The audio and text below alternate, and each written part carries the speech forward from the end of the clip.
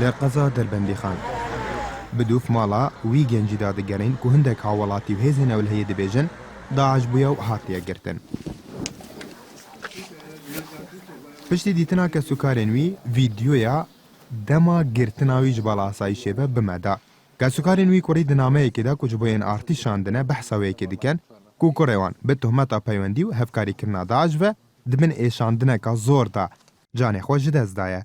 هرچند آسایش وی که رد دکت.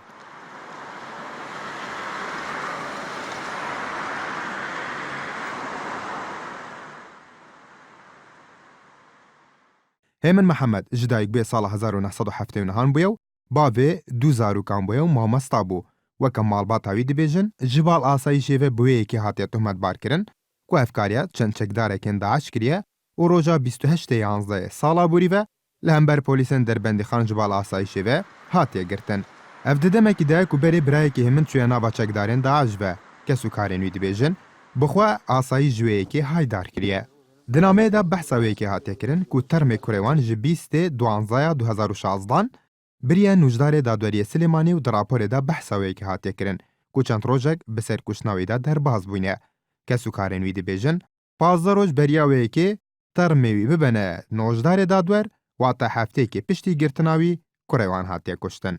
دی بیجن جی پشتی نیزی 4 ماهانو جی 23 سال دا جبال پولیسین سیو سینان و تلفن جبهاتی کرن و پیرا را گهاندنه که بچن ترمی کوری خواه جنوجدار دادوری سلیمانی ور بگرن. کسوکارنوی گنجی دی بیجن اگر کوریوان هر تهمتک لسر بویه بیت ویبو برای دادگه و هاتبا سزادان نگدبن ایشاندنه دا هاتبا کشتن. برای بیان کشتایو بیان خسایه سیاره بیان اولای بخص خان غیدر بری خان ماری حمایز کامه اوی برای بیان باین کلمه خورقیانا کجیاو تو ایبن دستاس باشیه هاي من بشورو لاقري يا من جان اخ يا من جان اخ قربو برافو كسبو رفيقبو دراپورا نوجدارین دادوری دا آماجه بوی که آتیدان که همین دو گله بر رانوی کتنو به صدم خوین بربونه که تند و جان خواهی دزدایه. او دبیجن آسایش جره گوتنه که کوریوان رویایو وانجی تقل کریو بوی صدم و جان خواهی دزدایه.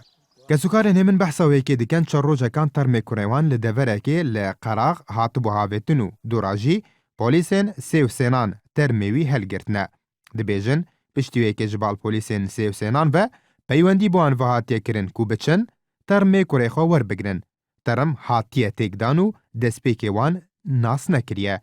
دوراجی پشکنینا DNA جبو هاتیه کرنو ناس کریو و ترم جی ورگرتنه.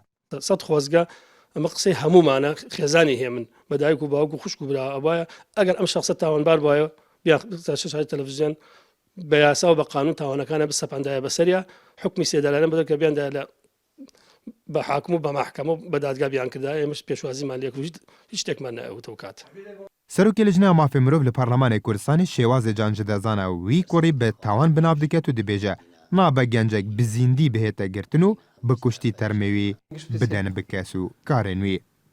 من بردوام هاوارم کردووە کاشکەنجەدانی مەترسیدار لە زیندانەکانی هەرێم هەیە وە کوشتنی خەڵک لە ژێر ئەشکەنجە کەیسە هەیە بوونی هەبووە و ئەمەیە وا دەکات کە ناوبانگی هەرێم هێندەی تر لەکەدار بێ.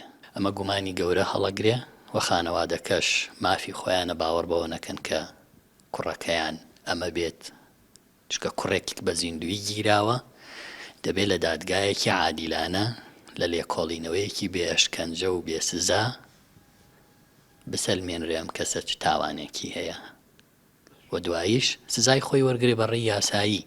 لەسەر بوێری ژێدەرێکی بەرپرس جا ئاسایشە سلێمانیەک و پێ باش نەبوو ناوی بێ ئانین ژێنە ئارتێراگەهان ئەو کەسێ هاتیە کوشتن بخوا داعش بووە و چار چەکدارێن داعش لە ماڵاخوا بەشارتنە و دوورە هەفکاری ئەوان کردیە و دماڵدان نەمانە.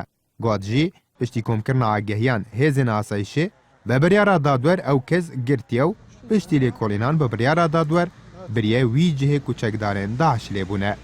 ژێدەری ئاسایشێ گواتژی چەکدار بریە وی جهی ji بۆ یەکێ هەفکاری هێزن ئاسایشێ بکە لە ئەشکراکردنا جێ چەکدارên داعش لێ سنوورێ دەربەندی خان لێ دوی دەمیدا ڕاڤایە و هێزن وان ژی نەچار بوونە تا قەیلێ بکەن و بۆیە سەدەمێڤە هاتیە کوشتن.